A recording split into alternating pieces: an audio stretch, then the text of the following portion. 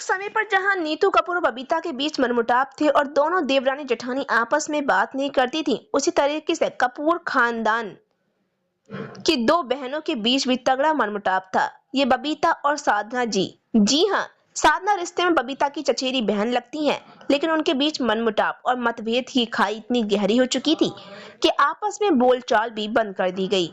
यहाँ तक कि साधना का निधन हुआ तो बबीता और उनकी दोनों बेटियां करिश्मा और करीना उन्हें अंतिम विदाई देने तक नहीं पहुंची।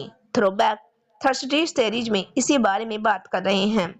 भाई, साधना और बबीता के बीच झगड़ा तब शुरू हुआ था जब बबीता का अफेयर रणधीर कपूर के साथ चल रहा था।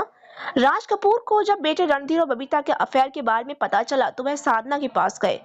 उन्होंने साधना से कहा कि तुम्हारी बहन कपूर खानदान की बहू बनने का सपना देख रही है।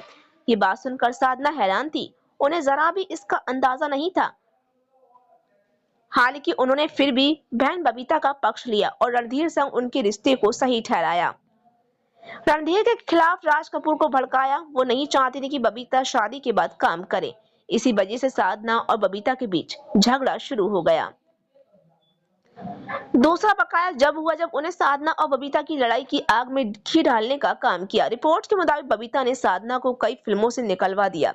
साधना बुरी तरीके से टूट गई। उन्होंने सोचा भी नहीं था कि खुद की बहन उनके साथ ऐसा कुछ कर सकती है।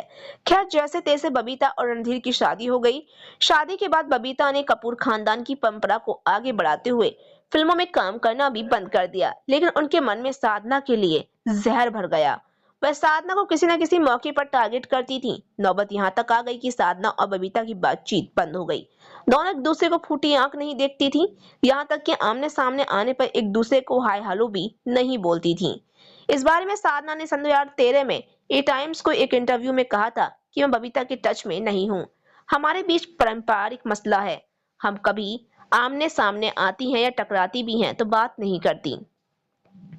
बबीता और साधना के बीच लड़ाई इस कदर गहरी थी, इसका अंदाजा इसी बात से लगाया जा सकता है कि सन 2018 में जब साधना का निधन हुआ तो उन्हें अंतिम विदाई देने कोई नहीं पहुंचा। यहाँ तक कि उनकी बेटियां करीना करिश्मा भी नहीं पहुंची। तो फिलहाल आप इस पर क्या कहेंगे? अपनी राय हमें कमेंट बॉक्स में जरूर बताएं। ऐसी अपडेट पाने के लिए हमारे इस चैनल को सब्सक्राइब करें।